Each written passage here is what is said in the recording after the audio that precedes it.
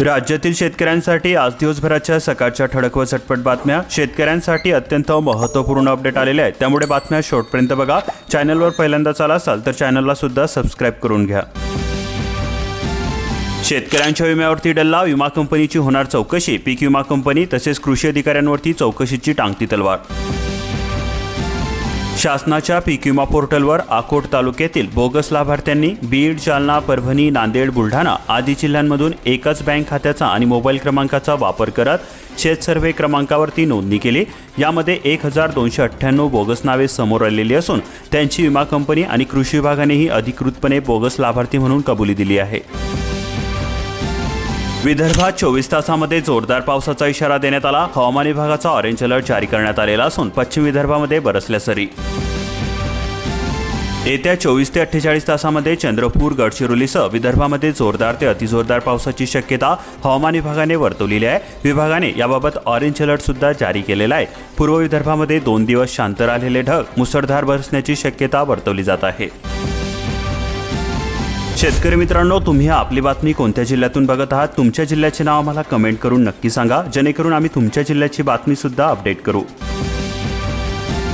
खानापूर परिसरातील शेतकऱ्यांना सन्मान निधीच्या हप्त्याची प्रतीक्षा, कारण यंदा जुलै महिना सुरू होऊन सुद्धा निधी मिळालेला नाही। त्यामुळे मोठ्या अपेक्षेने वाट पाहत असलेल्या शेतकरी वर्गामधून नाराजीचे सूर दिसून येत आहे। शेतकऱ्यांना वेळेवरती अनुदान उपलब्ध होण्याकरता राज्य व केंद्र शासनाने तातडीने पावले उचलावीत, अशा प्रकारची मागणी शेतकरी वर्गामधून केली जात आहे।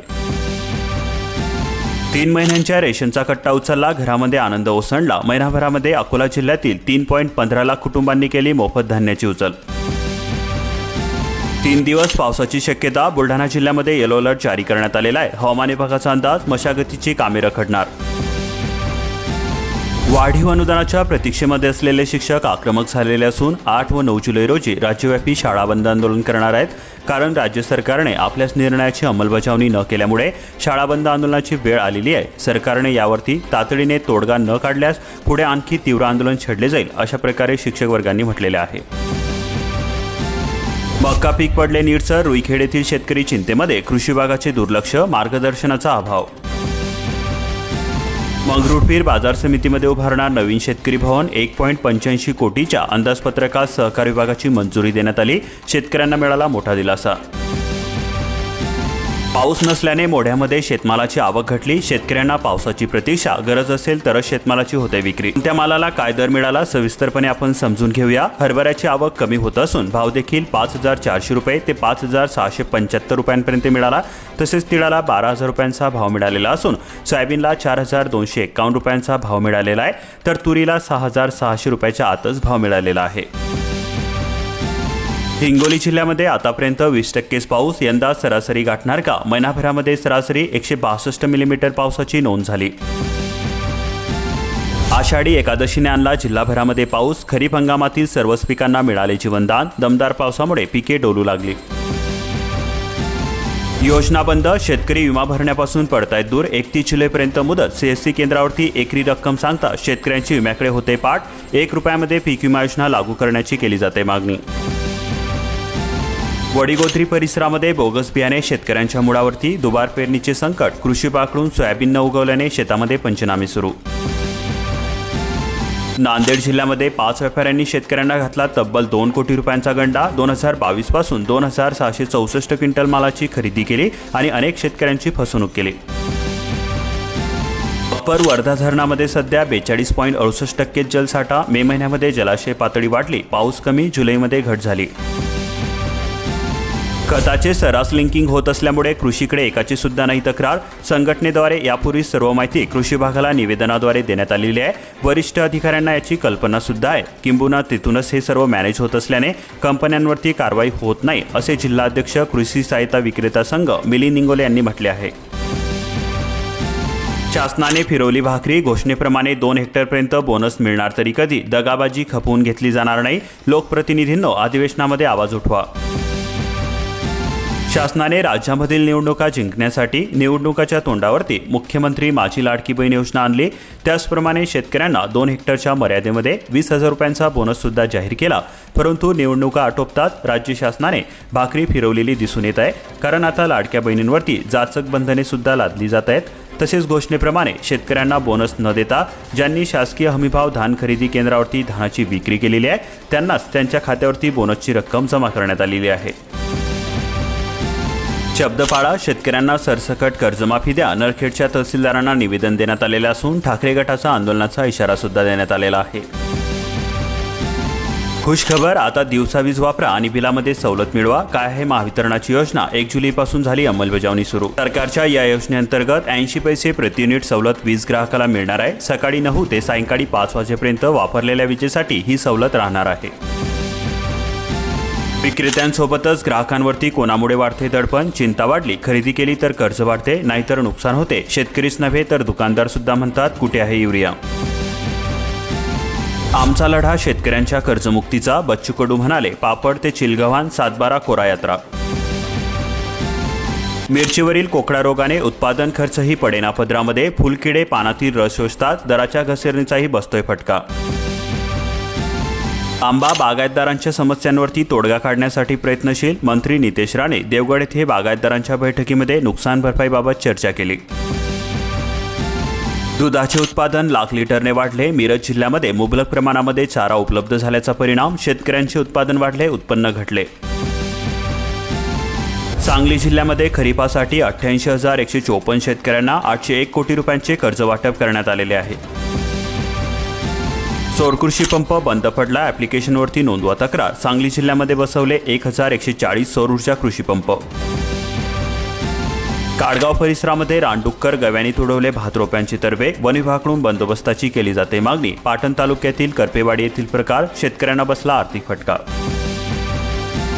युरिया वितरणामध्ये वाढ करण्यात आलेली असून 71% साठा वितरित करण्यात आला. बोदवड जामनेर तालुक्याची आघाडी. पुरेसा साठा उपलब्ध. एरंडोल तालुक्यामध्ये मजुरीचे दर वाढले. मशागतीला आला वेग.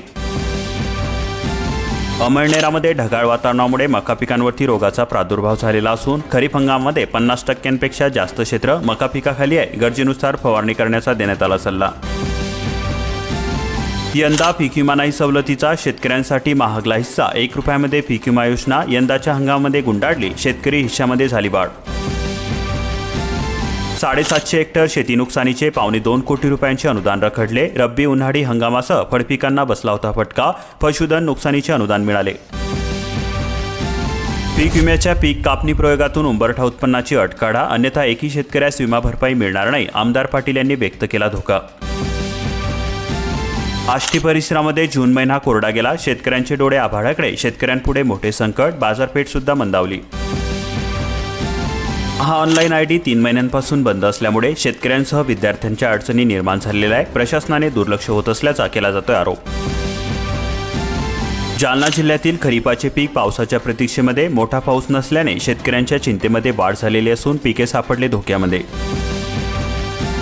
चाकूर परिसरामध्ये पावसामुळे कोवड्या पिकांना संजीवनी. वन्य प्राण्यांमुळे पिकांचे मात्र झाले मोठे नुकसान. फुलंब्री तालुक्यामध्ये कापसाचा पेरा 40% घटला. यंदा मका पिकाला शेतकऱ्यांची मिळते पसंती. ढेबेवाडी परिसरामध्ये यंदा वरुणराजाच बनला बैरी. खरीप हंगामासह बळीराजा धोक्यामध्ये.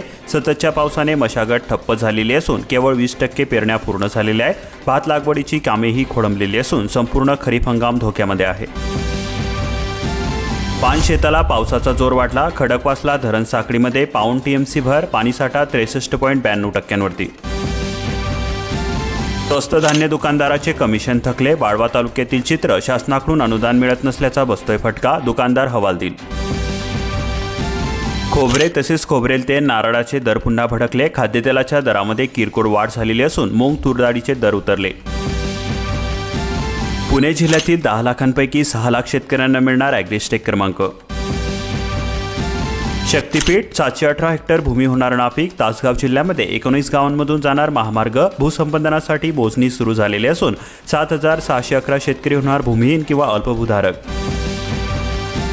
कोयनेमधील वाढत्या जलसाठ्यामुळे महापुराचा धोका. विमोचक दरवाजातून तातडीने विसर्गाची गरज. संततधारेमुळे पाण्याची मोठी आवक. महाराष्ट्रातील तब्बल 1.5 कोटी शिधापत्रिकाधारकांची eKYC अपूर्ण असून मुदतीनंतर केवळ 75.76% काम पूर्ण झालेले आहे. धान्य बंद होण्याची दाट शक्यता वर्तवली जात असून राज्य सरकार घेणार यामागील कारणांचा शोध.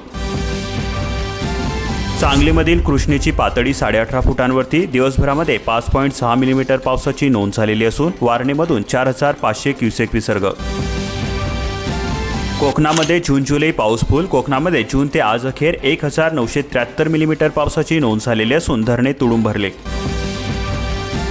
निवडणुकीत सुद्धा एकत्र या. उद्धवराजांना कार्यकर्त्यांचा आग्रह. ठाकरे गटाची मनसेला जागा देण्याची तयारी. राज ठाकरे करणार कार्यकर्त्यांशी चर्चा. बळीराजाला सुखी समाधानी करण्यासाठी आशीर्वाद द्यावा. मुख्यमंत्री देवेंद्र फडणवीस यांचे विठ्ठलचरणी साकडे. शिक्षकांच्या वैद्यकीय खर्चांच्या 50% रकमेच्या भरपाईस मंजुरी देण्यात आलेली असून कर्मचाऱ्यांना मोठा दिलासा. शिक्षण उपसंचालकाकडे मांडली व्यथा. कर्मचाऱ्यांना पदोन्नतीसाठी नवी अट. डिजिटल कोर्स उत्तीर्ण होणे आवश्यक. केंद्र सरकारच्या कर्मचाऱ्यांसाठी पंतप्रधानांचे निर्देश. वार्षिक कामगिरीवरती होणार परिणाम. छत्रपती संभाजीनगरचा राजन काबरा सीएमध्ये टॉपर. सीए फायनलचा निकाल जाहीर करण्यात आलेला असून मुंबईचा मानव शहा देशामध्ये तिसरा. ठाकरेंच्या एकतेमुळे महाविकास आघाडीची एकता धोक्यामध्ये येऊ शकते. काँग्रेसचा बदलता सूर. चियाच्या दराने ओलांडला 16,000 रुपयांचा टप्पा. हंगामअखेर व्यापाऱ्यांचा खरेदीवरती भर. महाराष्ट्र धर्म थांबलाच नाही. साखळी कधी तुटली नाही. मुख्यमंत्री फडणवीस यांच्या महाराष्ट्र धर्म विशेष पॉडकास्टचा प्रारंभ. यावर्षी बँकांमध्ये नोकऱ्यांचा पाऊस पडणार. 50,000 जणांना सरकारी बँकांमध्ये अधिकारी आणि क्लर्क होण्याची मोठी संधी मिळणार आहे. तब्बल 21,000 पदे अधिकारी पदासाठीची. बँकाच्या उपकंपन्यांचा होणार विस्तार. बँक वाढतायत कर्मचारी संख्या. देवभूमीमध्ये पावसाचा कोप. ढगफुटीने घातले थैमान. अनेक गावांचा संपर्क तुटला. पावसामुळे दुर्घटनांमध्ये आतापर्यंत 75 मृत्यू. श्रीमंत व गरीब यांच्यामधील आर्थिक दरी घटली. भारत ठरला चौथा सर्वात जास्त समानतेचा देश. अशाच प्रकारच्या महत्त्वपूर्ण बातम्या दररोज मोफत जाणून घेण्यासाठी आताच आपल्या चॅनलला सबस्क्राईब करून बेल आयकॉनला ऑलवरती सेट करा आणि हा व्हिडिओ जास्तीत जास्त शेतकरी मित्रांपर्यंत शेअर करा.